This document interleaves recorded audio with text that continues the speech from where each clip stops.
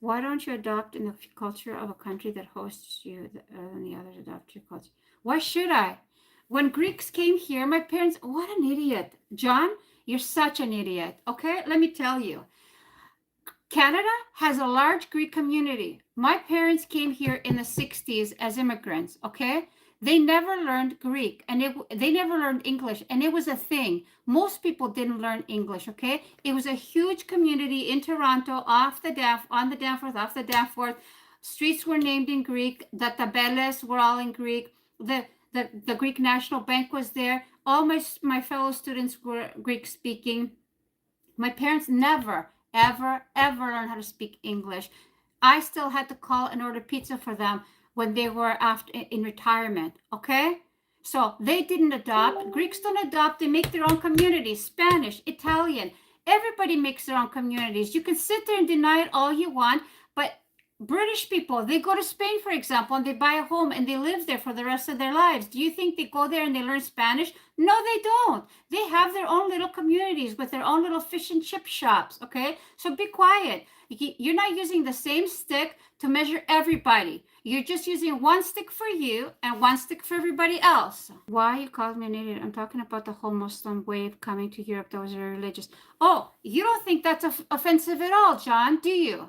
How about you have a problem with our Western countries going over there and bombing the shit out of their countries and making them so unsafe and so a little amount of food to eat and safety that they take their families and they leave? How about that? How about you have a problem with that instead of blaming the whole Muslim wave coming into Europe? And why can't they come into Europe? Islam has been in Europe since the 7th centuries. They never left. We've been there the whole time. Do you realize the 7th century? England officially became Christian in the 7th century, I believe it was. Okay? So, since we've been there the whole time, I don't know why you have a problem with it. You can just keep dreaming that we're leaving. The other thing is, Christianity is not a European religion. It's from the Middle East. So is Islam. So is the Jewish religion. Okay? I don't know what you have a problem with, because they're others. You're othering people and they don't belong in Europe because we're Christian over here.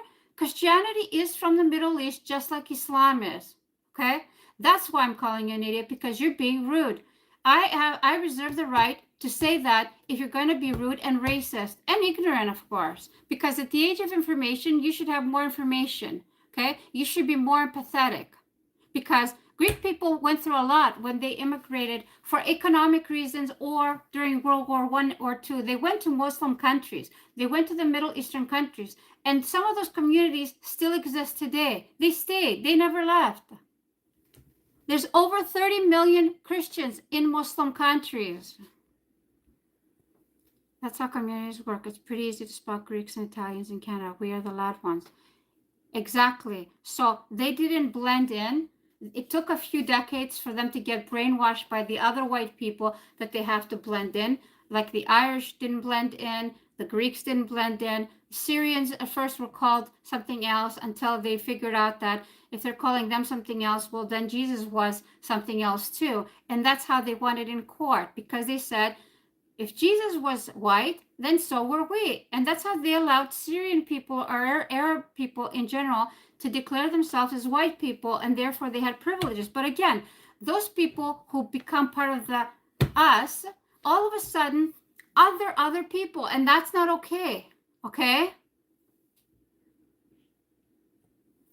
I have lived in Spain and I saw those English enclaves. You would think you are in Blighty. Yeah, exactly. They exist, and they go there expecting their fish and chips and their beers, and they expect to. What they do is British people have a really bad reputation for drunken behavior and fighting publicly and breaking things and harming other people. Okay, so they go to other countries and they expect to be spoken to in English, not Spanish, not Italian, not Greek. They want to be spoken to in their own language. That's pretty arrogant. Were the Muslims in Europe during the 7th century? Where? What are you talking about? How about Spain? How about you try Spain? Go and look at Andalusia, okay? They were there from the 7th century, okay? decades after Prophet Muhammad passed away. Okay, decades. And they went from Spain all the way to India. It's called the Arabic Empire. Okay, look it up. The Arabic Empire. They don't really teach it in school. It existed. I did a whole video about it on TikTok and YouTube about how much they've influenced Europeans to come out of the Dark Ages, the Enlightenment, to get the Enlightenment and the Renaissance. They wouldn't have had any of those things if it wasn't for Islam and the Islamic Golden Age in Europe. Okay, so look it up before it's like, what happened? No, it actually happened. Islamic Golden Age.